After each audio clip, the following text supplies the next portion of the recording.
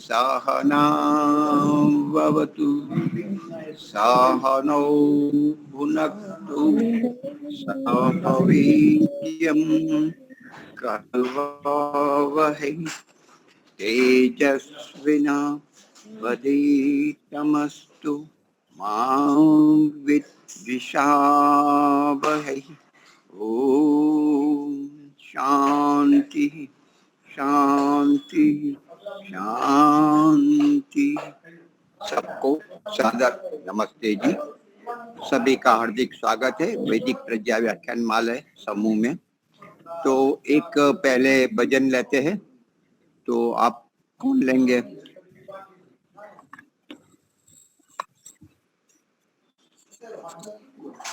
योगेश्वरी माता जी आप लेंगे?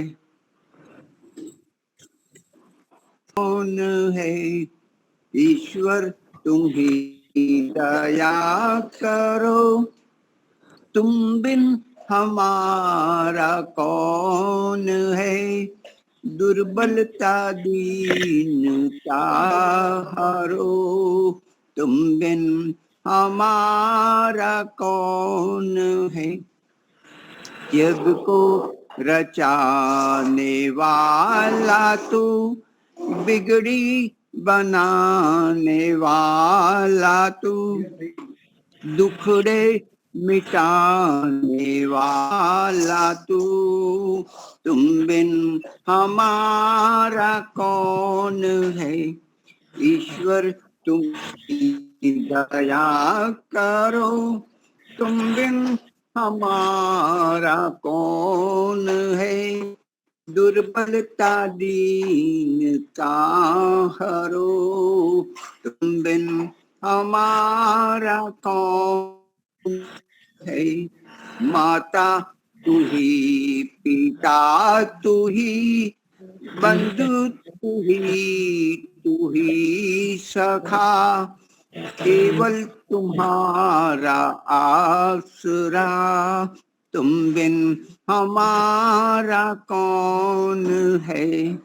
ईश्वर तुम ही दया करो, तुम बिन हमारा कौन है, दिन दुर्बलता दीनता हरो, तुम हमारा कौन है।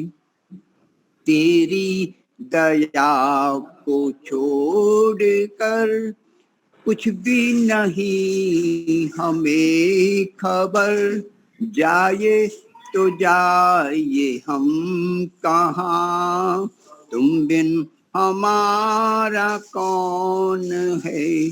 ईश्वर तुम ही दया करो, तुम बिन हमारा कौन है, दुर्बलता दीनता हरो, तुम बिन हमारा कौन है। तेरी लगन तेरा मनन, भक्ति तेरी तेरा भजन, तेरी ही आए हम शरण, तुम बिन हमारा कौन है। ईश्वर तुम ही दया करो, तुम बिन हमारा कौन है, दुर्बलता दीनता हरो, तुम बिन हमारा कौन है, तुम बिन हमारा कौन है। जी धन्यवाद। तो आज हमारे वक्ता वैद्य अरुणाबेन पटेल, जिसने अखंड आनंद अहमदाबाद में सर्विस की है, सेवा प्रदान की है, तो उनको हम सुनते हैं, आगे भी हम सुनते रहे हैं, तो उनका आज भी हम लाभ है। जी डॉक्टर अरुणा पटेल। करे शुरू? हाँ शुरू जी, करो। हाँ जी, हाँ जी।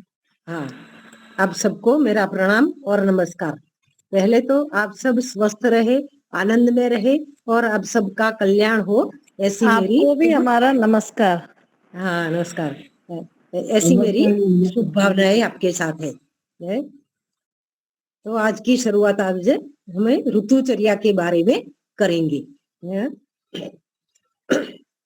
नमामि धन्वन्तरिमादिदेव सुरासुरैवन्दितपादपद्मं लोके जरारोगभयमृत्युनाशं दातारवीशं विविधौषधीनां सर्वे भवन्तु सुखिनः सर्वे सन्तु निरामया सर्वे भद्राणि पश्यन्तु मा कश्चित् दुःखमाप्नुयात्। तो आज हमें ऋतुचर्या के बारे में विचार करेंगे। तो पहले तो ऋतुचर्या और दिनचर्या की जरूरत क्यों पड़ती है। तो पहले तो हमारे जीवन का उद्देश्य क्या है। तो हमारे जीवन का उद्देश्य क्या है। तो उद्देश्य है आनंद है। आनंद है ना, वो ज्ञान से जुड़ा हुआ है। आनंद साधनों से जुड़ा हुआ नहीं है। आनंद प्राप्त करने के लिए ज्ञान की जरूरत होती है। साधनों से हमें सुख सुविधाएं मिलती है, लेकिन ज्ञान से हमें आनंद मिलता है। तो महर्षि कपिलाचार्य ने सांख्य दर्शन के पहले अध्याय में पहला ही सूत्र बताया है कि भाई कि मनुष्य जीवन का उद्देश्य क्या है। तो त्रिविधम दुखम अत्यंत निवृत्ति अत्यंत पुरुषार्थ। इसी में महर्षि कपिलाचार्य ने त्रिविधम दुखम यानी कि 3 प्रकार के दुखों से छुटकारा पाने का आत्मा का प्रयोजन है, ऐसा बताया है। तो 3 प्रकार के दुख कैसे होते हैं। आध्यात्मिक, आधि भौतिक और आधि दैविक। इसी में जो आध्यात्मिक दुख सबसे पहला बताया है। तो आध्यात्मिक दुख है वो किस कारण से होता है। तो वो हम दिनचर्या और ऋतुचर्या का पालन सही तरह से नहीं करते हैं। दिनचर्या और ऋतुचर्या के बताए हुए विधानों से विपरीत आचरण करते हैं तो आध्यात्मिक यानी कि शारीरिक दुख और मानसिक दुख उत्पन्न होते हैं और उन दुखों से छुटकारा पाने का भी हमारा कर्तव्य है। इसीलिए आध्यात्मिक दुख यानी कि शारीरिक और मानसिक दुख उत्पन्न न हो, इसीलिए आयुर्वेद शास्त्र में चरक संहिता सूत्रस्थान अध्याय 6 में तथा अष्टांग हृदय सूत्रस्थान अध्याय 3 में ऋतुचर्या का वर्णन बताया गया है कि भाई ऋतु अनुसार खान पान आहार वगैरह कैसा रखना चाहिए, उसके बारे में बताया गया है। आयुर्वेद भी अथर्ववेद का भी उपवेद है। इसीलिए आयुर्वेद शास्त्र में जो नियम बनाए हैं उसी के अनुसार जो हम आचरण करेंगे तो ये ऋतुचर्या के पालन न करने से जो रोग उत्पन्न होते हैं वो हमारे शरीर में उत्पन्न न हो और हमारा शरीर स्वस्थ रहे, ऐसी हमें जानकारी ऋतुचर्या से मिलती है। तो पहले तो स्वस्थ किसे कहा जाता है। तो आयुर्वेद शास्त्र में चरक ऋषि ने स्वस्थ की डेफिनेशन बताई गई है। तो उसी में बताया है कि समदोष समाग्निश्च समधातु मलक्रियः प्रसन्न आत्मेन्द्रिय मनाः स्वस्थम इति अभिधीयते। जिस मनुष्य के त्रिदोष यानी कि वात पित्त और कफ जठराग्नि रसादी 7 धातुएं सम अवस्थाओं में हो और स्थिर रहते हो, मल मूत्रादि क्रिया ठीक होती हो और शरीर की सब क्रियाएं समान और उचित मात्रा में हो और जिसके मन इंद्रिया और आत्मा प्रसन्न हो, उस मनुष्य को स्वस्थ कहा जाता है। अभी हमारा यह ब्रह्मांड है, ये ब्रह्मांड और अपना शरीर ये दोनों के बीच में एक सामंजस्य बना रहता है कि ब्रह्मांड के अनुसार अपने शरीर में दोषों की नैसर्गिक रूप से संचय प्रकोप और प्रशम होता रहता है। ये ब्रह्मांड और हमारा शरीर दोनों 5 भूतों से बना हुआ है। 5 भूतों मतलब कि आकाश वायु तेज जल और पृथ्वी से हमारा शरीर बना है और ये ब्रह्मांड भी आकाश वायु तेज जल और पृथ्वी ये 5 भौतिक चीजों से बना हुआ है। पांचों की मात्रा ठीक बनाए रखने से ब्रह्मांड और पिंड स्वस्थ एवं सशक्त बने रहते हैं। इन 5 भूतों में वायु अग्नि और जल प्रधान है। असमान होने पर वे हमारे शरीर में वात पित्त और कफ के रूप में स्थित है। इन तीनों को सम में रखना स्वस्थता का कारण है। वे विषम होते हैं तो अनेक रोग आदि व्याधि उपाधि उत्पन्न करते हैं। आरोग्यवान स्वस्थ व्यक्ति वह है कि जिसके इन तीन देवता समता में हो, प्रसन्न हो, प्रातः होते ही जिसकी मलक्रिया स्वाभाविक होती हो, भोजन पचाने में जिसका जठराग्नि प्रदीप्त हो, प्रज्वलित हो, ग्रहण क्रिया हुआ भोजन रस आदि सप्त धातुएं उचित मात्रा में विभाजित करने वाला हो और जिसका मन इंद्रिया और आत्मा प्रसन्न बना रहता है, वे ही स्वस्थ कहलाता है। तो ये स्वस्थ की व्याख्या है। और स्वस्थ क्यों रहना चाहिए? तो निर्बल और रोगी व्यक्ति का शरीर कभी भगवान की भक्ति नहीं कर सकता। आत्मा और परमात्मा का ज्ञान निर्बल मनुष्य को प्राप्त नहीं हो सकता है। प्रकृति माता की गोद में रहने वाला अर्थात उनके नियमों में वर्तमान में रहने वाला मनुष्य ही सुखी, बलवान और आयुष्यवान हो सकता है। आयुर्वेद में वायु के 80 प्रकार के रोग, पित्त के 40 प्रकार के रोग और कफ के 20 प्रकार के रोग बताए गए हैं। ये वायु पित्त और कफ विषम होने से ये सब रोगों की संख्या बताई गई है। अपनी दिनचर्या बिगाड़ने से अर्थात तो देर से सोना, देर से खाना पीना, घूमना फिरना, देर से सूर्योदय के बाद उठना अस्वस्थ होने का कारण है। अधिक खाना, जल्दी खाना, बार बार खाना, फास्ट फूड खाना, जंक फूड खाना ये दुख का हेतु है। अव्यवस्थित दिनचर्या अपनाने से हम स्वयं अपनी जीवन की डोरी को काटते हैं और हम स्वयं रोगिष्ट हो जाते हैं। शुद्ध संस्कारित बलवर्धक अन्न ही हमें उदर में डालना चाहिए। अपना यह शरीर उत्तम देवालय है, इसीलिए हमें अपने यह शरीर की रक्षा करनी चाहिए। तो आयुर्वेद शास्त्र में ऋतुएं 6 प्रकार की बताई गई है। उसी में 2 प्रकार के काल बताए गए हैं, आदान काल और विसर्ग काल। 12 महीने की ऋतुएं होती है, उसी में आदान काल और विसर्ग काल होता है। जो आज हम ग्रीष्म ऋतु के बारे में सोचेंगे तो ग्रीष्म ऋतु क्या है? आदान काल की अंतिम ऋतु है। शिशिर, वसंत और ग्रीष्म ये 3 ऋतुएं आदान काल में आती है। इसी में अपने शरीर में से बल दिन प्रतिदिन कम होता जाता रहा है। तो ग्रीष्म ऋतु आदान काल की अंतिम ऋतु है। उस ऋतु में हमारे शरीर में से बल कम हो जाता है, बल क्षीण हो जाता है। तो इसका कारण क्या है? तो ग्रीष्म ऋतु में पहले तो ग्रीष्म ऋतु में कौन से महीने आते हैं? तो गुजराती महीने लिखे तो जेठ, वैशाख और जेठ मास का समय तो ग्रीष्म ऋतु कहा जाता है। अंग्रेजी महीना लिखे तो मई जून का समय है, वो ग्रीष्म ऋतु कहलाता है।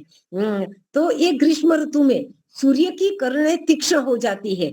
सूर्य की किरणें तीक्ष्ण होने से हवा वायु गर्म हो जाती है और वो गर्म जो वायु हो जाती है वो अपने शरीर के ऊपर प्रभाव पड़ती है। तो शरीर में क्या होता है कि वायु गर्म होने से हमारे शरीर में जल तत्व की, जलीयांश की कमी होती है। जलीयांश यानी कि कफ दोष को जलीयांश माना जाता है। तो कफ का शमन होता है कि कफ का क्षय होता है इस ऋतु में। तो हमारे दोष में इस ऋतु में कफ का क्षय होता है और वायु संचित होने लगता है। इस ऋतु में वायु का संचित होता है। इस ऋतु में वायु का प्रकोप नहीं होता लेकिन वायु का संचित होता है। और ये संचित हुआ जो वायु है तो वर्षा ऋतु में उसे जो शीतकाल आएगा, शीतकाल का उसे कारण मिलेगा तो वायु प्रकोपित हो जाएगा और वर्षा ऋतु में वो वायु का रोग उत्पन्न करेगा। और इस ऋतु में पित्त का प्रकोप होता है। तो इस ऋतु में हमें क्या खान पान करना चाहिए, क्या ध्यान रखना चाहिए, इसके बारे में आज विचार करेंगे। इससे पहले बताते हैं कि अभी धूप बहुत पड़ रही है तो हीट स्ट्रोक यानी कि लू लगने का ज्यादा रोग हो जाते हैं। तो ये लू लगने का यानी कि हीट स्ट्रोक क्या होता है, उसके उपाय क्या है, उसके लक्षण क्या है, इसके बारे में सबसे पहले मैं बताती हूँ। तो सूर्य की तीक्ष्ण किरणों की वजह से हवा गर्म हो जाती है, जलीयांश सूख जाता है, शरीर का बल क्षीण हो जाता है, शरीर में कमजोरी आ जाती है। तो इस ऋतु में जो हम ऋतुचर्या का पालन नहीं करेंगे तो हीट स्ट्रोक होगा। हीट स्ट्रोक का पहले तो सिम्टम क्या है? तो हीट स्ट्रोक यानी कि लू लगती है तो शरीर में पहले तो चक्कर आना लगता है। दूसरा लक्षण, शरीर का तापमान बढ़ जाता है, मतलब कि बुखार आ जाता है। तीसरा लक्षण, उल्टी हो जाती है। चौथा लक्षण है कमजोरी होती है, थकान महसूस होता है, सिर दर्द होता है, और पग की पिंडियों में की भी वेदना होती है और शरीर में कमजोरी लगती है। ये सब हीट स्ट्रोक के लक्षण बताए गए हैं। अब हीट स्ट्रोक के लक्षण उत्पन्न न हो, इसीलिए हमें क्या क्या सावधानी रखनी चाहिए। तो पहले इसी सावधानी के बारे में हम बताते हैं। तो पहला तो है कि पर्याप्त पानी पीते रहना चाहिए। इस सीजन में पर्याप्त पानी पीता है, शीतल जल पीना है, मतलब कि प्राकृतिक शीतल जल पीना है, नहीं कि फ्रिज का पानी, क्योंकि फ्रिज का पानी बहुत ठंडा होता है, आर्टिफिशियल इलेक्ट्रिसिटी से ठंडा किया हुआ होता है। तो वो शीतल जल अपने शरीर में डालते हैं तो अपने शरीर में भी एक जठराग्नि नाम का तत्व होता है, वो अन्न को पाचन करने का काम करता है उसी का। और वो फ्रिज के पानी का सामंजस्य मिलता नहीं है, इसी से फ्रिज का पानी नुकसान करता है, इसी से हमारी जठराग्नि मंद हो जाती है, पाचन शक्ति मंद हो जाती है। तो हमें शीतल पानी पीना है, लेकिन मटके में, मिट्टी के बर्तन में रखा हुआ है या तो ताम्र के बर्तन में रखा हुआ जो शीतल पानी है, उस पानी को पर्याप्त मात्रा में पीते रहना चाहिए। हर घंटे 2 घंटे के बाद शीतल जल का उपयोग करता रहना चाहिए।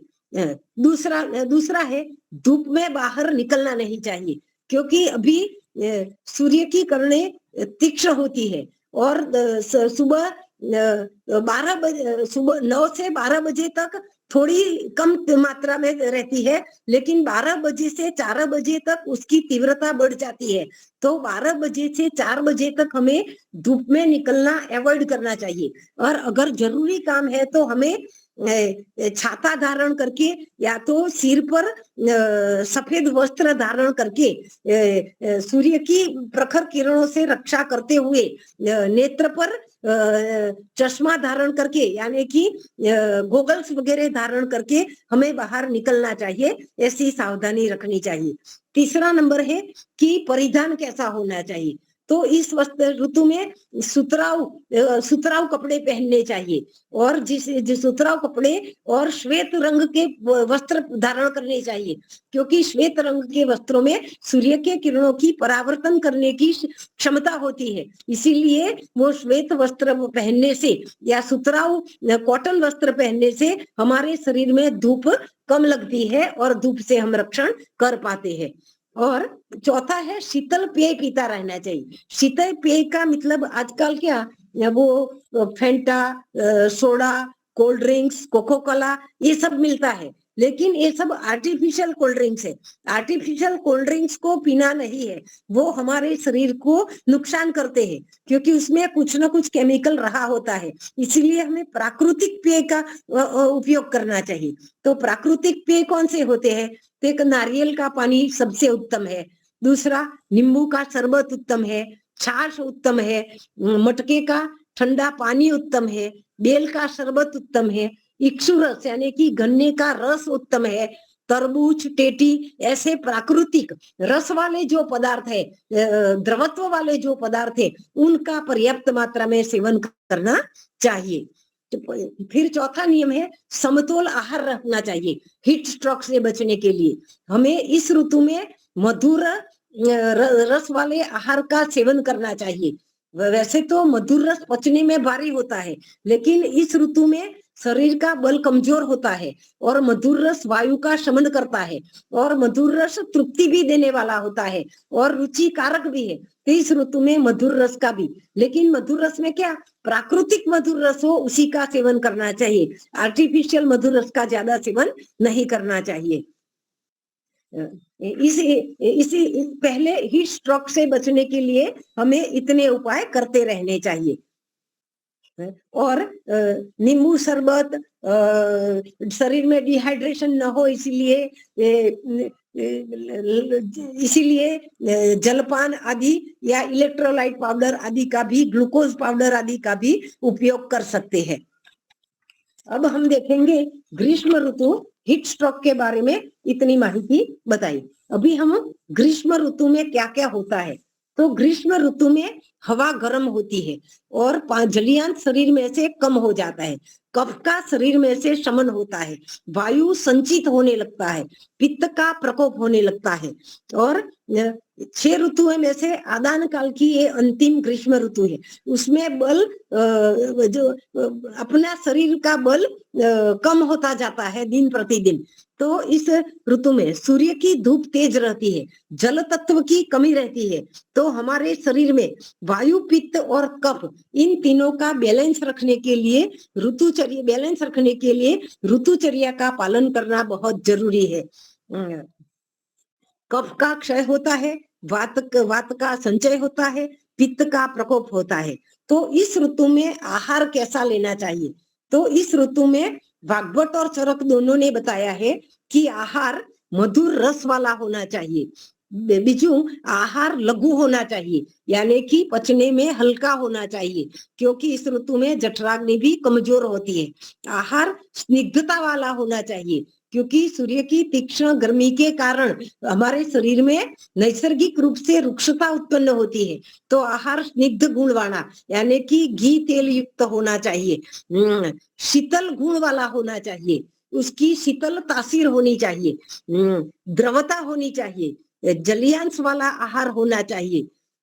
वैसे तो मधुर रस वाला, यानी कि मीठी चीजें जनरली पचने में गुरु होती है। तो इस ऋतु में मधुर रस वाला आहार गुरु नहीं पड़ेगा, ऐसा कभी कई लोगों को क्वेश्चन होता है। लेकिन मधुर रस वाला आहार लेना है, लेकिन भरपेट नहीं खाना है, थोड़ा कम मात्रा में लेना है। अपना शरीर जो पचा सके इतनी मात्रा में ही मधुर रस का सेवन करना है। इस ऋतु में चावल, यानी पहले तो शाली चावल खाने का आयुर्वेद शास्त्र में बताया है। शाली एक प्रकार की चावल की वैरायटी है। तो वो शीत गुण वाला होता है, पचने में हल्का होता है और शरीर के लिए बलदायक और पुष्टिदायक होता है। इसीलिए चावल का प्रयोग करना चाहिए। मूंग की दाल का प्रयोग करना चाहिए, क्योंकि मूंग की दाल पचने में हल्की होती है और इस ऋतु में जठराग्नि कम होता है, इसलिए मूंग की दाल पच जाती है और रसादी धातुएं सम प्रमाण में उत्पन्न होती है। इस ऋतु में उड़द की दाल का निषेध है। उड़द की दाल पचने में गुरु होती है। इस ऋतु में गर्मी में उड़द की दाल का सेवन नहीं करना चाहिए। उड़द की दाल से बना हुआ इडली, सांभर, डोसा आदि का भी सेवन बहुत ज्यादा मात्रा में नहीं करे तो कभी कभी कोई दिन कम मात्रा में करे। इस ऋतु में हरे पत्ते वाली सब्जियां, मेथी, पालक, तांदरजा, ये सब हरे पत्ते वाली सब्जियों का प्रयोग नहीं करना है। इस ऋतु में हरे पत्ते वाली सब्जियां नहीं खानी है। इस ऋतु में लौकी, खीरा, पंपकिन, ये सब सब्जियां खा सकते हैं। इस ऋतु में घी का सेवन करना चाहिए। घी वायु और पित्त दोनों को शमन करता है और जठराग्नि को भी प्रदीप्त करता है। इस ऋतु में दूध का भी सेवन करना चाहिए। दूध में वैसे तो जनरली आयुर्वेद ने क्या बताया है कि गोदुग्ध, यानी कि गाय के दूध का, देशी गाय के दूध का सेवन करना चाहिए। वो हमारे शरीर के लिए हितकारी है। लेकिन ग्रीष्म ऋतु में पर्टिकुलर बताया गया है कि ग्रीष्म ऋतु में भैंस का दूध, यानी कि माहिसी क्षीर, माहिसी मतलब भैंस होता है, भैंस का दूध ग्रीष्म ऋतु में लेने का विधान आयुर्वेद शास्त्र में बताया गया है। भैंस का दूध को मिश्री मिला करके उसको उबाल के चंद्रमा की शीतलता से ठंडे करके उस दूध को हमें पीना चाहिए। ऐसी भैंस का दूध भी इस ऋतु में हितकारी है। इस ऋतु में कौन से फल खा सकते हैं। तो खजूर खा सकते हैं, फिर काला मुनक्का यानी कि काली द्राक्ष, कोकम, आंवला, ये सब खा सकते हैं। अंगूर खा सकते हैं, आम भी खा सकते हैं, आंवले और खसखस का जूस, नींबू शरबत, ये सब ले सकते हैं। इस ऋतु में अपथ्य क्या है, इस ऋतु में क्या लेना नहीं चाहिए। तो लवण रस, कटु रस और अम्ल रस का प्रयोग कम करना चाहिए। इस ऋतु में लवण रस, कटु यानी कि तीखा रस, कटु यानी कड़वा नहीं है, आयुर्वेद में कटु का मतलब तीखा होता है। और अम्ल रस का सेवन कम मात्रा में करना चाहिए। तो आपने बताया कि भी अम्ल रस तो आपने अभी आम खाने को बताया, अभी अम्ल रस का सेवन ना बोलते हो, तो ऐसा कैसे हो सकता है? ऐसा किसी को मन में प्रश्न उठेगा। लेकिन आम तो अम्ल गुण वाला होता है, लेकिन नैसर्गिक रूप से उसमें मधुर गुण छिपा हुआ होता है। और आम को मिश्री या गुड़ मिला के ही खाना है, तो इसीलिए उसकी अम्लता कम हो जाती है।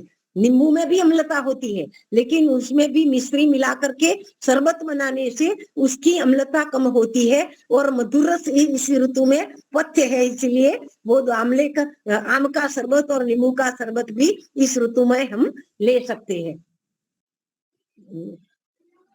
इस ऋतु में हाँ, दही नहीं खाना चाहिए। ग्रीष्म ऋतु में ज्यादातर लोग दही का सेवन करते हैं, ऐसा लोक व्यवहार में है। लेकिन दही लोक व्यवहार में माना जाता है कि दही शीतल है, लेकिन दही शीतल नहीं है। दही उष्णवीर्य है, दही अभिसंधी पदार्थ है। दही रात को तो बिल्कुल नहीं खाना चाहिए। और दही को कई कई गृहिणियां वो भिंडी की सब्जी में या कोई सब्जी में मिलाकर गर्म करके खिलाती है, लेकिन इसी तरह उसका प्रयोग नहीं करना चाहिए। दही को गर्म करके कभी भी नहीं खाना है। अगर इस ऋतु में दही खाना है तो उसी में मिश्री यानी कि साकर मिला करके और उसी में थोड़ा पानी मिला करके उसका मंथन कर लेना चाहिए। मंथन करने से उसके गुणों में परिवर्तन आ जाता है। इसीलिए मंथन किया हुआ दही इस ऋतु में लस्सी के रूप में यानी कि मिश्री मिला करके पानी मिला करके मंथन करके लिया जाता है। अकेला सीधा दही अप्रैल मई और जून महीने में नहीं खाना है। और सितंबर अक्टूबर ये 2 महीने में भी दही का सेवन निषेध है, इसीलिए दही का सेवन नहीं करना है। इस ऋतु में मदिरा पान यानी कि मद्य भी वर्ज्य है। मद्य यानी कि दारू या अल्कोहल बोलते हैं। वैसे तो मनुष्य को अल्कोहल का ग्रहण करना ही नहीं चाहिए, लेकिन कई कई मनुष्य को आदत होती है अल्कोहल सेवन करने की। तो इस ऋतु में ग्रीष्म में अल्कोहल का सेवन वर्ज्य है, बिल्कुल नहीं करना चाहिए। अगर आदत है और आप करना चाहते हो तो उसी में पानी मिला करके उसको डाइल्यूट करके कम मात्रा में ग्रहण करो। लेकिन ऐसे करने से वैसे तो दारू खुद ही नुकसान करने वाला है और ग्रीष्म ऋतु में ज्यादा नुकसान करता है। इसी ऋतु के में जो मात्रा में ले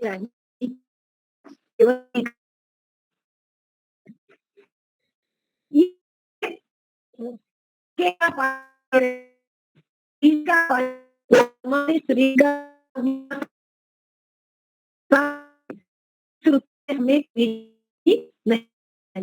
मटके में मटके पानी डालने से मिट्टी का जो गुण होते हैं वो भी पानी में आ जाता है।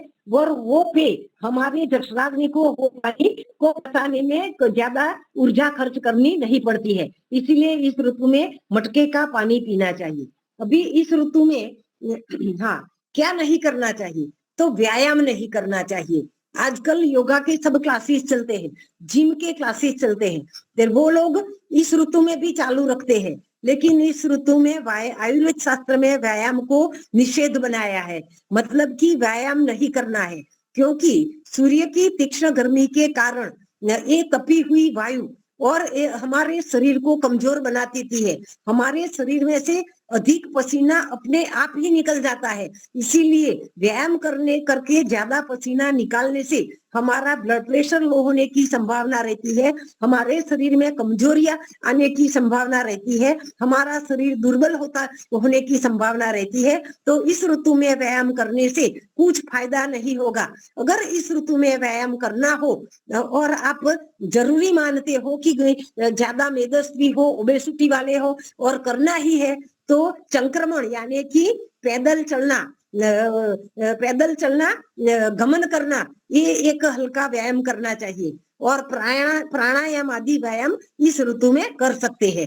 इस ऋतु और दूसरी ऋतु में शीत ऋतु में अर्ध शक्तियां व्यायाम करने का बोला है कि शरीर की आधी शक्ति खत्म हो जाए तब तक व्यायाम करो। लेकिन वो किस ऋतु में बोला है? हेमंत और शिशिर ऋतु में बताया है, शीत ऋतु में बताया है, नहीं कि ग्रीष्म में। ग्रीष्म में तो व्यायाम का निषेध बताया गया है, इसीलिए ग्रीष्म में व्यायाम नहीं करना चाहिए। और ग्रीष्म ऋतु में पहले तो क्या, ग्रीष्म ऋतु में सूर्य की तीक्ष्ण किरणें तीक्ष्ण होने से जगत में से भी स्निग्धता कम हो जाती है, रुक्षता उत्पन्न होती है, सौम्यता कम हो जाती है, ये जलीय तत्व की कमी हो जाती है, कफ का क्षय हो जाता है, वायु का संचय हो जाता है। तो इस ऋतु में लवण, कटु और अम्ल रस का भी सेवन नहीं करना चाहिए। धूप में निकलना भी वर्ज्य बताया गया है, धूप में भी नहीं निकलना चाहिए। मधुर अम्ल कैसा आहार लेना चाहिए? तो मधुर अम्ल स्निग्ध गुरु स्निग्ध लघु द्रव शीत आहार लेना चाहिए। मैंने गुरु बताया, लेकिन वो गुरु नहीं, मधुर रस के गुरु प्रदान होता है, इसीलिए गलती से बोल गई। इस ऋतु में ऐसे स्निग्ध लघु सुपाच्य ऐसा आहार लेना चाहिए। और मधुर आहार जो खाने को बताया है, मतलब कि आम का रस, श्रीखंड, लस्सी, लेकिन वो कम मात्रा में, पूरा पेट भर के नहीं खाना है, आधा पेट भर जाए तब तक ही खाना है। इस ऋतु में खाना भी अपने स्टमक का 4 भाग कल्पित करके आधा भाग उस ठोस पदार्थ से, 1/3 भाग उसी का जलीय पदार्थों से और 1/3 भाग खाली रखना चाहिए। इसी तरह भोजन करना चाहिए। और भोजन में भी क्या खास नियम बताए गए हैं कि भोजन हमें प्रसन्नता से करना चाहिए। भोजन में प्रसन्नता रखनी चाहिए। भोजन देखने से ही अपना मन प्रसन्न हो जाना चाहिए। देखकर हर्षित और प्रसन्न हो ऐसा भोजन होना चाहिए। प्रसन्नता पूर्वक खाया हुआ भोजन हमारे शरीर के रुधिरादि 7 धातुओं को पैदा करता है। रस, रक्त, मांस, मेद, अस्थि, मज्जा, शुक्र, ये 7 धातुएं आहार से उत्पन्न होती है। अगर हम प्रसन्नता से आहार का ग्रहण करेंगे तो ये 7 धातुएं हमारे शरीर में सम प्रमाण में उत्पन्न होगी। द्वेष की भावना से भरा हुआ चित्त हो और हम भोजन करें तो ये हमारा भोजन पौष्टिक पदार्थ खाए तो भी वो हमारे शरीर को पोषण एवं कल्याण नहीं करता है। इसीलिए हमारे चित्त में द्वेष न हो, हमारा चित्त प्रसन्न हो। प्रसन्न चित्त से हमें भोजन करना चाहिए। प्रसन्न चित्त से किया हुआ भोजन हमारे शरीर को पालन करने वाला ही होगे। ऐसी स्थिति में द्वेष युक्त स्थिति में भोजन करेंगे तो हमारे शरीर के वात, पित्त और कफ, इन 3 दोषों की स्थिति और 7 धातुओं की स्थिति बिगड़ जाएगी। और इसलिए भोजन में भी मन प्रसन्न, भोजन सदा प्रसन्नता पूर्वक करना चाहिए, ऐसा मेरा भावार्थ है कहने का। इस ऋतु में चावल शीत गुण वाला होता है। इस ऋतु में रात्रि भोजन में चावल का प्रयोग करना चाहिए। रात्रि भोजन में चावल को पका करके उसी में थोड़े बहुत मसाला डाल के भी खा सकते हैं। चावल की और मूंग दाल की खिचड़ी बना के भी खा सकते हैं। और रात्रि के समय में महिषी क्षीर दूध का सेवन करना चाहिए। इस ऋतु में ही महिषी क्षीर का सेवन करने का विधान है। और इस ऋतु में दिवा स्वप्न का विधान है। दिवा स्वप्न का मतलब क्या होता है कि दिन में सोना। जनरली तो आयुर्वेद शास्त्र में दिन में सोना मना बताया है, लेकिन ये ग्रीष्म ऋतु की सिवाय की जो सब ऋतुएं हैं, वसंत ऋतु है, हेमंत ऋतु है, शिशिर है, बाकी से 5 ऋतुएं बताई गई है, उन ऋतुओं में दिवा स्वप्न नहीं करना है कि दिन में नहीं सोना है। लेकिन ग्रीष्म ऋतु में एक अपवाद बताया गया है आयुर्वेद शास्त्र में कि दिन में सोना चाहिए, क्योंकि दिन में सोने से कफ की वृद्धि होती है और इस ऋतु में कफ का क्षय होता है। तो कफ का बैलेंस बनाने के लिए दिन में सोना चाहिए और कफ का बैलेंस होने से वायु का भी बैलेंस होगा और हमारे शरीर में वात, पित्त, कफ का समतोलन में रखने के लिए दिवा स्वप्न यानी कि दिन में सोने का विधान बताया गया है। अभी इस ऋतु में क्या क्या आदतें हमें रखनी चाहिए तो हम स्वस्थ रह सकते हैं। तो पहली आदत तो यह है कि सूर्योदय से 1.5 घंटे के पहले प्रातः काल उठना चाहिए, यानी कि इस वेला को ब्राह्म मुहूर्त कहा जाता है। इस ब्राह्म मुहूर्त में सूर्य की किरणें शीतल होती है और वातावरण शीतल होता है, हवाएं ठंडी होती है और हमारे शरीर में ऊर्जा अधिक होती है और अधिक ऊर्जा होती है। तब हम दिनचर्या शुरू करें तो हमारे लिए वो फायदा कारक है। और जो हम 8 या 9 बजे उठेंगे तो सूर्य की किरणें तीक्ष्ण होगी और हमारे शरीर में ऊर्जा कम होगी और घटती हुई ऊर्जा के साथ हम हमारे दिनचर्या का आरंभ करेंगे तो हमारा शरीर स्वस्थ नहीं रह पाएगा। इसीलिए हमें ब्राह्म मुहूर्त में उठने का विधान ग्रीष्म ऋतु में खास बताया गया है। दूसरा, उठने के बाद दातुन वगैरह क्रियाएं सब निपटा करके हमें शीतल जल का सेवन करना चाहिए। शीतल जल यानी कि मटके में रात्रि भर रखा हुआ है और ये मटके को भी रात को हम चंद्रमा की शीतल छाया में रख सकते हैं और वो पानी हमें पीना चाहिए। तीसरा विधान बताया है, उसी से हमारे शरीर में प्राकृतिक शीतलता और प्राकृतिक जलयांश उत्पन्न होता है। तीसरा बताया गया है कि और प्राकृतिक शीतलता और फ्रिज के जल की शीतलता में आसमान जमीन का अंतर होता है। प्राकृतिक शीतल जल से हमारा शरीर का जठराग्नि बराबर रहता है और जठराग्नि बराबर रहता है तो शरीर का पाचन बराबर होने से, आहार का पाचन बराबर होने से रस रक्तादि धातुएं सम प्रमाण में उत्पन्न होगी। तीसरा बताया कि इस ऋतु में अभ्यंग करना चाहिए, क्योंकि इस ऋतु में तीक्ष्णता के कारण अपने शरीर में नैसर्गिक रूप से रुक्षता उत्पन्न हो जाती है। तो ये रुक्षता को कम करने के लिए हमें अभ्यंग करना चाहिए। अभ्यंग यानी कि मसाज यानी कि मालिश करना। तो कौन सा तेल इस ऋतु में मालिश के लिए श्रेष्ठ है? तो अगर जो हेमंत ऋतु है कि शिशिर ऋतु है कि शीत ऋतु चलती है तो मैं बताऊंगी कि तल के तेल का मालिश करो। लेकिन इस ऋतु में तल का तेल उष्ण होता है, उसी का मालिश नहीं करना है। इस ऋतु में नारियल तेल से मालिश करना है। नारियल का तेल ठंडा होता है, उसकी शीतलता होती है, उसकी तासीर शीतल होती है। इसी के नारियल तेल से हमें शरीर में अभ्यंग करना चाहिए।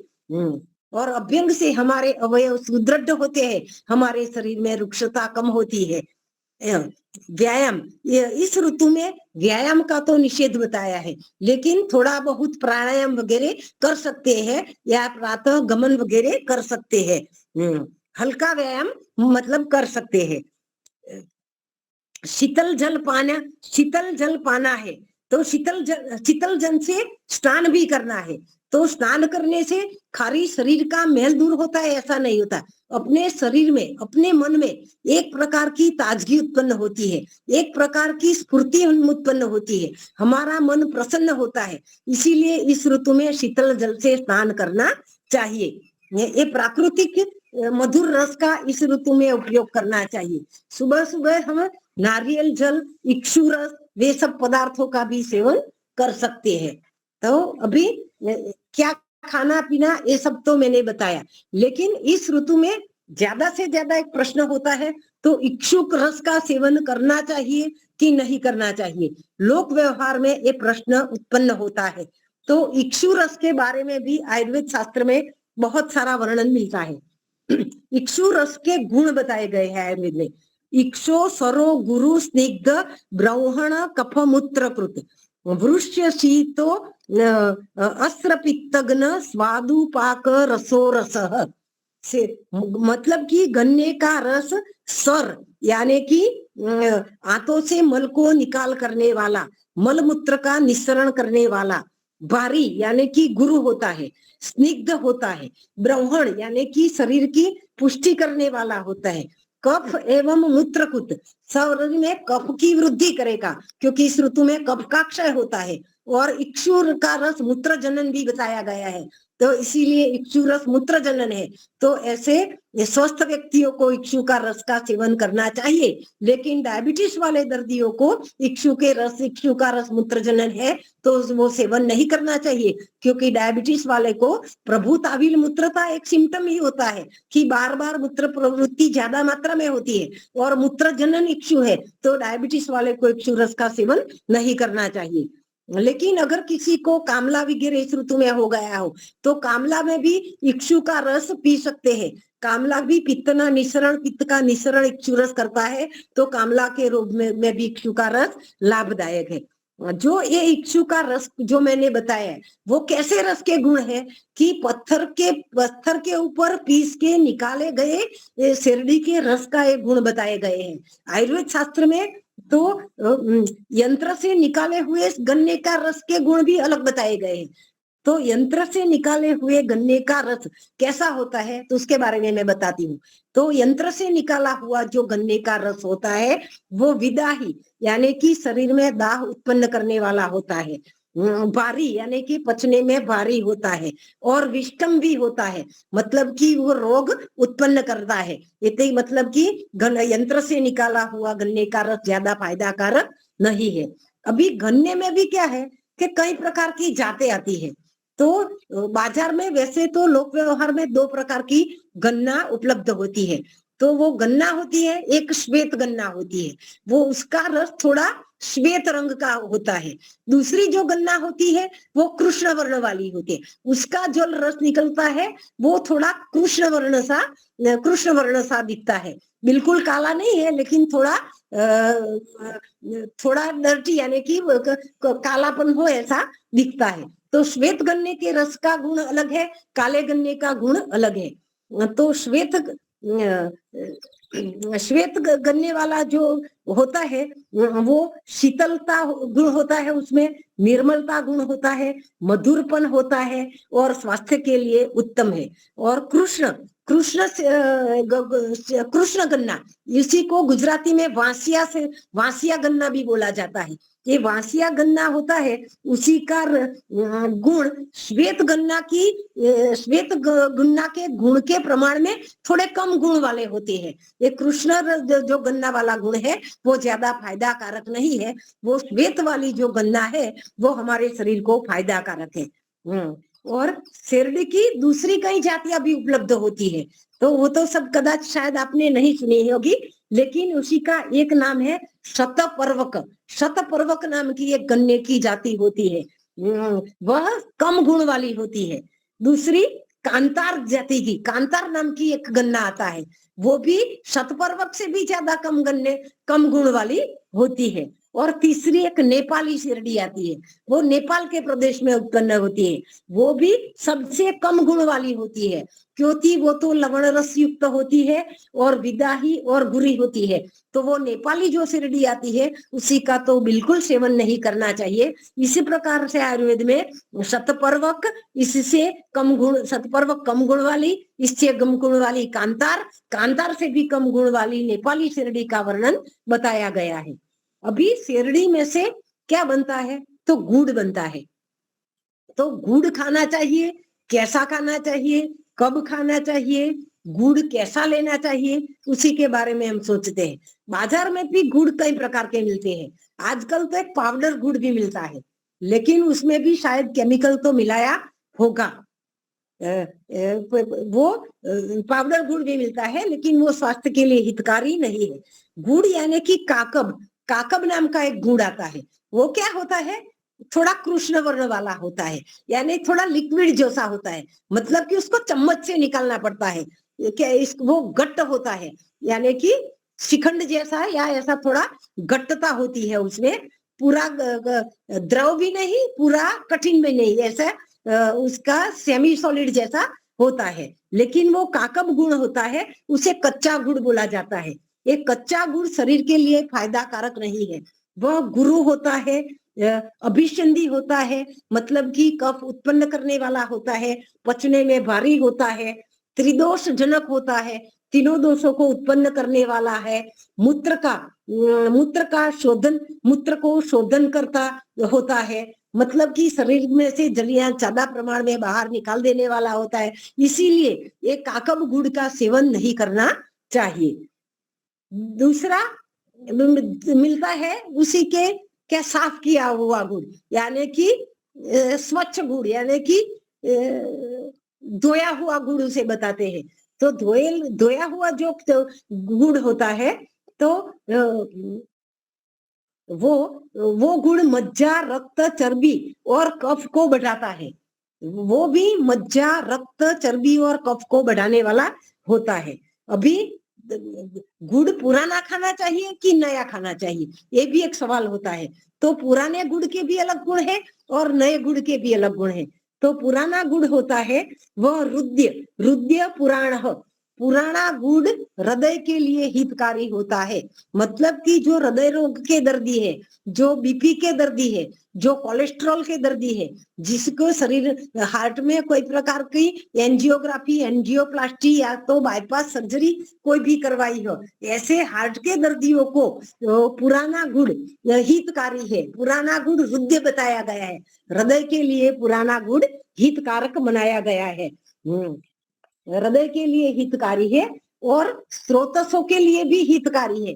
स्रोतसों को स्वच्छ करने वाला होता है, मतलब कि मल मूत्र का भी योग्य निष्कासन करने वाला पुराना गुड़ होता है। अभी नवगुड़ नया गुड़ यानी कि नया बना हुआ गुड़ होता है। वो क्या करता है अपने शरीर में? तो नया गुड़ श्लेष्मांतक साधकृत, नया गुड़ शरीर में श्लेष्मांतक यानी कि कफ को उत्पन्न करते हैं और साधकृत यानी कि जठराग्नि को मंद करता है।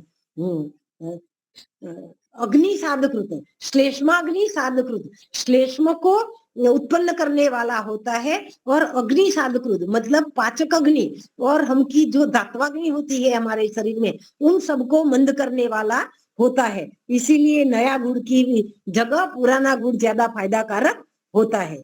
और मार्केट में तीसरा एक गुड़ मिलता है, मटके का गुड़ से बोला जाता है, उसके भी अलग गुण बताए गए हैं। वो वृक्ष होता है क्षतक्षीण वाले को, मतलब कि जो दुबले पतले लोग होते हैं, जिसकी धातुएं कम होती है, जिसका शरीर दुबला होता है, क्रूश होता है, उन लोगों के लिए हितकारी होता है। रक्त पित्त नीलापहा, वो रक्त पित्त, नीला मतलब वायु, रक्त पित्त और वायु का शमन करने वाला होता है। मतलब कि मटके का गुड़ भी हितकारी है। एक गुणवत्ता में गुड़ में धोया हुआ, हाँ अब शेरडी में गन्ने से दूसरी भी पदार्थ बनते हैं, तो एक शक्कर बनता है, इसी को खांड या मिश्री बोलते हैं। और दूसरा एक शर्करा बनती है, यानी कि खड़ी साकर गुजराती में बोला जाता है। तो शेरडी में से गुड़ से उत्तम शक्कर और शक्कर से उत्तम साकर यानी कि खड़ी साकर है, वो गुड़ में उत्तम होती है, इसीलिए हमें खड़ी साकर का प्रयोग करना चाहिए। और शर्करा में दूसरी भी एक शर्करा मिलती है, जो शायद आप लोगों ने ये नाम नहीं सुना होगा। इसी को यास शर्करा बोल के है, यास शर्करा। यास मतलब धमासा नाम की एक वनस्पति आती है, धमासे के रस से बनाई गई जो शर्करा है उसे यास शर्करा बोला जाता है। यास शर्करा, हाँ यास शर्करा का गुण, तो वो उसमें कटु तिक्त मधुरा कषाया यास शर्करा, यास शर्करा के गुण बताया है। वो कटु यानी कि तीखा गुण उसमें छिपा हुआ है, लगता नहीं है ऐसे टेस्ट करने से, लेकिन अनुद्भव रहता है, वो तीक्ष्ण गुण है वो। फिर मधुर गुण होती है। और कषाया यानी कि तुरई रस वाली होती है, तो उसे यास शर्करा बोला जाता है। धमाके के रस से वह शक्कर बनाई जाती है। लेकिन तिक्त यानी कि तीखा रस नहीं लेना, सॉरी, तिक्त का यर्स यहाँ कड़वा लेना है। कड़वा होता है, कड़वा, मधुर और कषाय होती है। शेरडी की चीजों में साकर सबसे उत्तम है और खड़ी साकर सबसे उत्तम मानी जाती, खड़ी साकर सबसे उत्तम मानी जाती है। हाँ, इस ऋतु में कई लोग सवाल करते हैं कि मध लेना चाहिए कि नहीं, तो इस ऋतु में मध का सेवन वर्ज्य है, क्योंकि मध भी रुक्ष गुण वाला होता है। रुक्ष गुण वाला होने के कारण शरीर में कफ को कम करता है, और रुक्ष गुण के कारण वायु का भी रुक्ष गुण होता है, तो वायु को बढ़ाता है। इसलिए मधु यानी कि हनी का सेवन इस ऋतु में नहीं करना चाहिए। और हनी के सेवन में गर्म करके तो कभी भी नहीं खाना चाहिए। और हनी के सेवन में एक भी याद रखना चाहिए, हनी और घी को समान मात्रा में कभी भी लेना नहीं चाहिए, नहीं तो कभी भी मृत्यु तक भी हो सकती है। घी और मध को समान मात्रा में एकत्र नहीं करना है, कभी भी भूल से भी नहीं करना है, क्योंकि वो शरीर को बहुत हानिकारक है। असमान मात्रा में इकट्ठा कर सकते हैं, लेकिन समान मात्रा में कभी भी मध और घी को सेवन नहीं करना है। इसी ऋतु में मध का सेवन भी वर्ज्य है, दही का सेवन भी वर्ज्य है। दही का सेवन को सभी ऋतु में, रात्रि को तो वर्ज्य ही है, रात्रि में कभी भी दही का सेवन नहीं करना चाहिए। लेकिन लोग व्यवहार में क्या है, रात्रि के नाश्ते में दही बड़ा वगैरह खा लेते हैं, लेकिन वो सबकी हमारे शरीर के लिए विरुद्ध आहार बन जाता है। और उड़द की दाल और ऐसे दही बड़े का इस ऋतु में तो बिल्कुल सेवन नहीं करना चाहिए। दही को रात्रि में तो बिल्कुल सेवन नहीं करना चाहिए, दही को गर्म करके भी नहीं सेवन करना चाहिए। इस ऋतु में दही का सेवन करना है तो साकर यानी कि मिश्री मिला करके ही करना, मंथन करके ही करना चाहिए।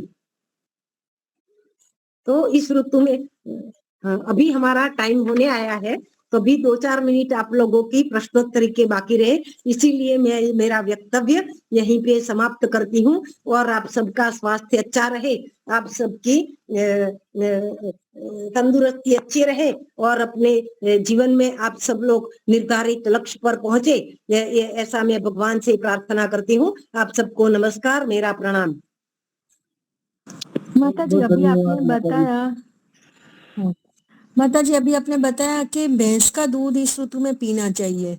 हाँ, तो भैंस का दूध तो गुरु होता है ना?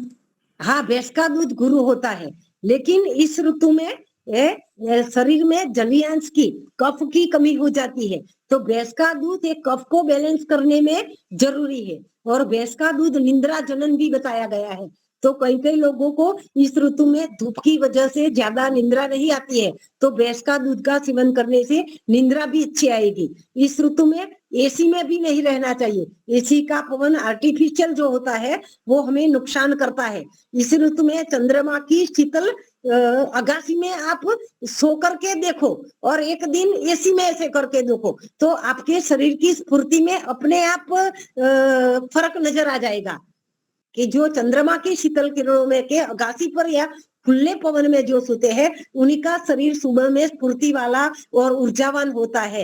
एसी में सोने से इतनी ऊर्जा शरीर में उत्पन्न नहीं होती है, और कभी कभी ज्यादा एसी का उपयोग करने से सर्दी, कफ, अस्थमा और जोड़े का दर्द होने की भी संभावना रहती है। चंद्रमा की शीतल छाया में सोने से जोड़ों का दर्द, कफ, सर्दी की संभावनाएं कम रहती है, यानी कि नहीं रहती है। किसी को और को पूछना है कोई प्रश्न? नमस्ते बहन जी। हाँ, नमस्ते जी। ये इस ऋतु ऋतु में गिलोय का रस पी सकते हैं हम लोग? किसका रस? गिलोय गिलोय गिलोय, हाँ, गिलोय का रस पी सकते हैं, लेकिन वो कम मात्रा में लेना चाहिए। 5 ml या 10 ml से ज्यादा नहीं लेना चाहिए, क्योंकि वो औषधि के रूप में लेना है, और औषधि को 5 ml या 10 ml से ज्यादा नहीं ग्रहण करनी चाहिए। गिलोय भी वैसे पित्त शामक है। और ये हल्दी, अदरक, नींबू और मध चारों मिलाकर पी सकते हैं ना? इस ऋतु में मध का सेवन वर्ज्य है, अदरक का सेवन भी वर्ज्य है, तो इस ऋतु में ये इसका सेवन नहीं करना चाहिए। ग्रीष्म में आप शीत ऋतु में, हेमंत ऋतु में इसका सेवन कर सकते हो। ठीक है, धन्यवाद। हाँ जी, नमस्ते जी। हाँ जी, नमस्ते जी। पग के तलुओं में दाग होती है, जलन होती है, तो इसके लिए क्या करना चाहिए? इसके लिए, हाँ, चलो, ये तो अच्छा आपने प्रश्न उठा लिया। पाँव के तलिए में गाय का घी से मालिश करनी चाहिए। गाय का घी से मालिश करने से, पाँव के तलिए में करने से निद्रा अच्छी आती है। अपना मस्तिष्क तक, पाँव के तलिए से जो दो सिराएं होती है वो मस्तिष्क तक पहुंचती है और दो सिराएं आंख तक पहुंचती है। अगर आप पाँव के तलिए में गाय के घी से मालिश करोगे तो आपकी आंख की रोशनी अच्छी रहेगी, आपके आंख का कोई रोग नहीं होगा। आंख के लिए भी बहुत फायदा कारक है। पाँव के तलिए में गाय के घी से मालिश करो और पाँव के तलिए में जो दहन रहती है तो उसके लिए संशमनी वटी नाम की एक टैबलेट आती है, वो 2 गोली सुबह और 2 गोली शाम को खाओ। अच्छा, धन्यवाद। और इससे ज्यादा उपाय करना है तो गुड़ुच्यादि क्वाथ आता है, उसी को कषाय बोलते हैं, गुड़ुच्यादि। वो बाजार में पतंजलि या कोई भी सांडू झंडू कोई भी कंपनी का मिल जाएगा। वो भुक्का आता है, 2 चम्मच उसे पानी में रात को भिगो के रखना है, सुबह उसे उबालना है 1 गिलास पानी में, और 1/4 बाकी रहे तब तक उबालना है। तब छान के सुबह में एम्प्टी स्टमक यानी कि खाली पेट लेना है, न तो उसी से पाँव के तलिए की जलन कम हो जाएगी। आंवले का जूस ले सकते हैं। घी की मालिश करो तलिए में, और संशमनी वटी 2 गोली सुबह 2 गोली शाम को पानी के साथ ले लो तो 15 दिन में जलन कम हो जाए, जलन दूर हो जाएगी। धन्यवाद जी, धन्यवाद। आंवले का जूस ले सकते हैं। आंवले का जूस मिश्री मिला के ले सकते हैं, क्योंकि आंवला भी तुरा रस वाला, कषाय रस वाला होता है। तो कषाय रस का सेवन ज्यादा नहीं करना है तो कम मात्रा में करो, मिश्री मिला करके करो तो कषायता और अम्लता कम हो जाएगी। 10 ml 15 ml से ज्यादा नहीं ले सकते, पूरा ग्लास भर के नहीं पीना है। जी धन्यवाद। अरुणा बेन, स्किन में इचिंग हो रही हो, जैसे गर्मी के कारण, पसीना होने के कारण बहुत ज्यादा इचिंग और जलन भी हो रही है स्किन में। हाँ, तो स्किन के लिए आयुर्वेद में क्या बताया गया है कि रक्त और पित्त की समान होनी होती है, तो उसमें पित्त की भी चिकित्सा करनी चाहिए। तो उसी में एक मंजिष्ठादि कषाय आता है, यानी कि काटा, तो मंजिष्ठादि कषाय भी ले सकते हैं, मंजिष्ठादि गनवटी ले सकते हैं, आरोग्यवर्धिनी ले सकते हैं। फिर एक खदीरादि वटी, आपको लगेगा कि ये तो खांसी की दवाई है, लेकिन खदीरह कुष्ठज्ञा नाम, ऐसे चरक सूत्रस्थान अध्याय 70 में बताया है। खदीर यानी खदीरादि वटी स्किन में भी ले सकते हैं और खांसी में भी ले सकते हैं। ये खदीर कुष्ठग्न है, कुष्ठ एक स्किन का डिसीज बताया है, 18 प्रकार के स्किन के डिसीज है, उसमें कुष्ठ है। तो चामड़ी के लिए भी खदीरादि वटी भी ले सकते हैं, मंजिष्ठादि गनवटी। फिर एक निमोल टैबलेट आती है और निमोल सिरप भी आता है, वो सब आप चामड़ी के लिए ले सकते हैं। और विडंग भी जाता है उसका। हाँ, विडंगम कृमिघ्न नाम, अपने शरीर में या बच्चों के शरीर में जब कर्मिया होता है तो विडंग श्रेष्ठ औषधि है। विडंगम कृमिघ्न नाम, विडंग कृमिघ्न द्रव्य है, तो वावडिंग यानी विडंग भी ले सकते हैं। तो स्किन इचिंग में ले सकते हैं विडंग में भी विडंग ले सकते हैं। कभी कभी कर्मिया की वजह से भी हमारा रक्त दूषित हो जाता है, और रक्त दूषित होने पर भी स्किन में सब रोग इचिंग वगैरह उत्पन्न हो जाते हैं। तो ज्यादा आपने बताया कि खदीरावटी यार मंजिष्ठादि गनवटी ये दोनों ले सकते हैं। टैबलेट्स तो निमोल टैबलेट आती है, और एक प्यूरिम PURIM प्यूरिम नाम की भी टैबलेट आती है, एक गोली सुबह शाम ले सकते हैं। तो इसमें से कोई एक बता दो।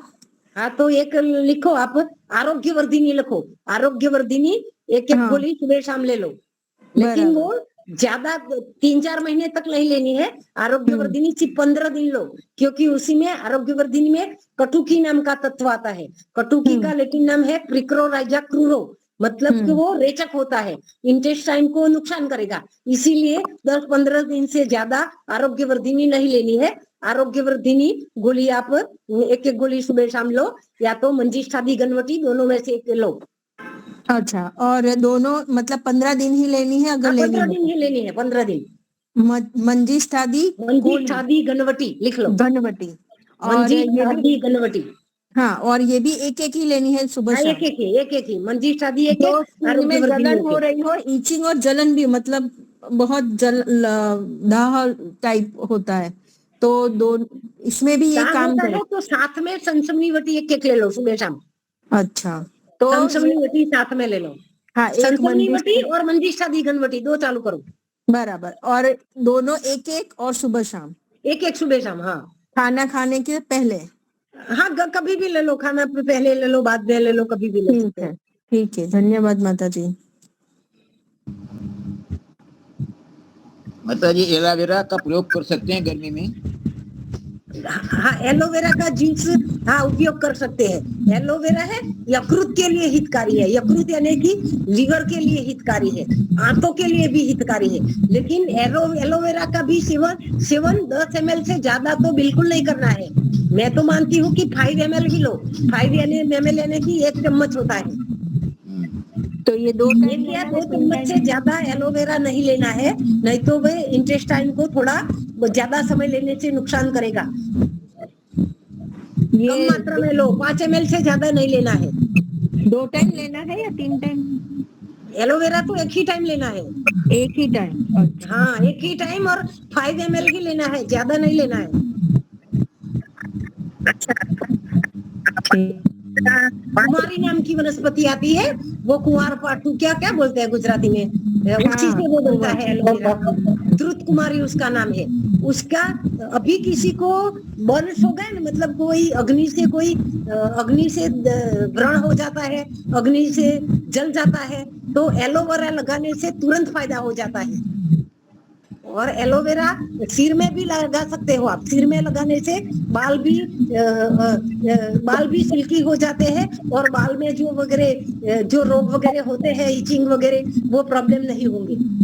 एलोवेरा बाल में भी लगा सकते हो, मुंह पे भी लगा सकते हो। और अगर ओरली लेना है तो 5 ml से ज्यादा नहीं लेना है, और 10-12 दिन से ज्यादा नहीं लेना है।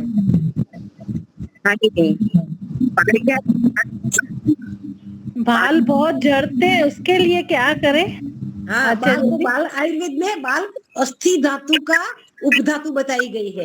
बाल और नख को अस्थि की उपधातु बताई है, मतलब कि बाल का अस्थि के साथ कोई रोल है। अस्थि की कौन सी धातु है? रस, रक्त, मांस, मेद, अस्थि, 5वीं धातु आती है। तो रसादी धातुओं का पोषण होने के लिए रसायन टिकड़ी का सेवन करना चाहिए, या रसायन चूर्ण का सेवन करना चाहिए। इसी के जो झड़ते बाल कम हो जाते हैं, और शरीर में धातुएं सब प्रमाण में बनी रहती है। और वैसे तो भृंगराज तेल, नीली भृंगराज तेल, ये सब आयुर्वेद में बालों में लगाने के लिए तेल बताए गए हैं। ये तेल बनाने की एक स्पेशल विधि होती है, उसमें गाय का दूध भी मिश्रित करना होता है। हमने ये ब्राह्मी, भृंगराज, आंवला, अरीठा ये सब ट्राई बहुत किया है, फिर भी मेरे बाल बहुत झड़ते हैं। आप बताएं, अभी लास्ट उपाय मुझे बताएं, मैं क्या करूं जो मेरे बाल वापस अच्छे हो जाए? जो इसके लिए रसायन टिकड़ी ले सकते हो, आरोग्यवर्धिनी ले सकते हो, वो न्यूट्रिच कैप्सूल आती है वो ले सकते हो, एक आयुर्वेद में एक फेरोली फोर्ट नाम की गोली आती है वो ले सकते हो, जेरी फोर्ट नाम की एक लिक्विड आती है या टैबलेट आती है वो भी ले सकते हो। ऐसे कई सारी दवाएं उपलब्ध है। आप ये जो भी दवाएं हमें बता रहे हैं वो आप हमें शेयर करेंगे लिखत में, व्हाट्सएप हाँ, पे? करेंगे। हाँ, तो आज आप प्लीज कर दीजिएगा ताकि मैं वो लेके ट्राई कर सकूं। हाँ। धन्यवाद। हाँ, और बालों को झड़ने के लिए नाक में गाय के घी की 2-2 बूंद डालनी चाहिए। नाक में नस्य डालने से बाल झड़ते कम हो जाते हैं। 2-2 ड्रॉप डालनी चाहिए, ज्यादा नहीं डालनी चाहिए। और फिर ये तो गरम करके डालना पड़ेगा ना? ऐसे तो धूप में घी गरम ही रहता है, तो गरम दूध, लेकिन ड्रॉप ज्यादा नहीं डालने हैं, वो ख्याल रखना है। 2 ड्रॉप से ज्यादा बूंद नाक में नहीं डालना है, नहीं तो वो ब्रेन तक जाती है तो दिक्कत होगी, इसलिए 2 ड्रॉप ही डालना है। हाँ जी, हम पारिजात का क्वाथ ले सकते हैं? पारिजात का? हाँ, पारिजात का रस है ना, वो वेदना शामक है। कोई लोगों को जो साइटिका हो जाता है नहीं, वो पाँव में साइटिका जैसा हो जाता है, पाँव अकड़ जाता है, पेन होता है, तो साइटिका का रस और निर्गुंडी आता है। निर्गुंडी का लैटिन नाम है वाइटेक्स निर्गुंडो। वो निर्गुंडी और पारिजात दोनों का रस मिक्स करके लो, 10 ml सुबह, 10 ml शाम को, तो वो पेन किलर है, वेदना स्थापक है, तो उसी से जो साइटिका की बीमारी है वो कम हो जाती है। रस लेना चाहिए, क्वाथ लेना चाहिए? नहीं, रस पत्ते का रस लेना चाहिए, पत्ते और फूल का। अच्छा, तो क्वाथ नहीं, गरम करके? नहीं, रस लेना चाहिए। स्वरस 10 ml सुबह 10 ml शाम को। बहुत अच्छा माता जी। अभी और किसी को पूछना है? माता जी सूजन के लिए क्या दवाई है? सूजन सूजन क्या पाँव में आती है, मुंह पर आती है? हाँ पाँव में। हाँ, तो इसमें पुनर्नवा एक बेस्ट औषधि है, पुनर्नवादी कषाय, आप लिख लो। ओके। और पुनर्नवा बोरहेविया पुनर्नवा। डिफ्यूजा उसका लेटिन नाम है। पुनर्नवा का मतलब हो कहता है पुनः पुनः नवा भवति, पुनः पुनः नए कोष अपने शरीर में उत्पन्न करती है। गुजराती में उसे साटोड़ी बोला जाता है और वो डायूरेटिक है, यानी कि मूत्र है। पुनर्नवादी क्वाथ आप लोगे तो आपकी सूजन 15 दिन में चली जाएगी। पुनर्नवादी क्वाथ लिख लो। हाँ लिखा। एक क्वाथ वो आता है रसनादी क्वाथ।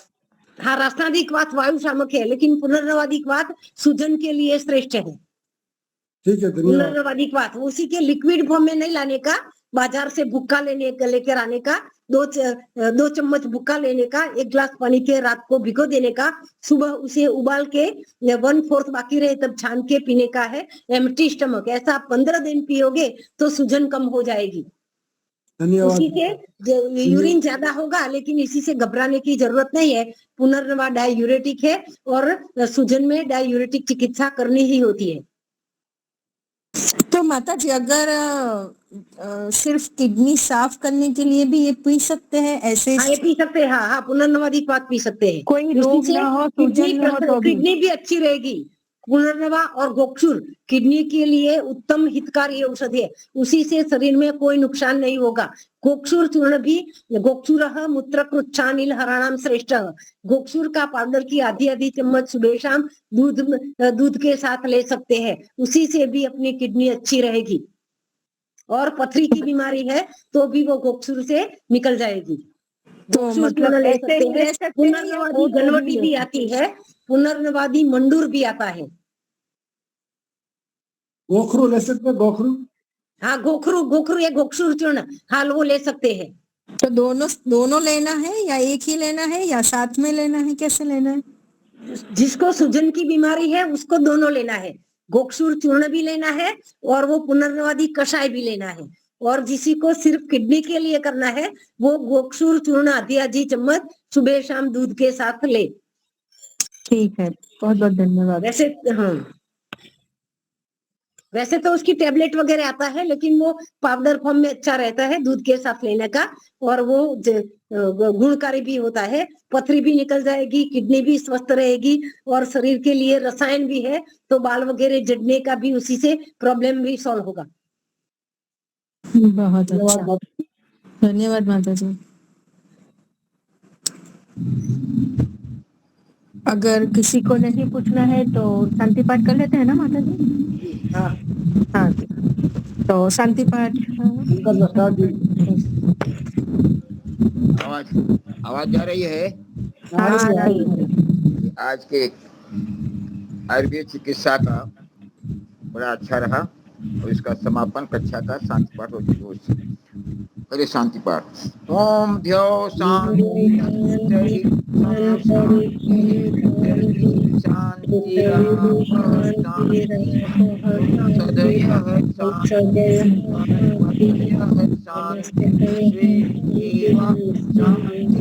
शांति सर्वं शांति।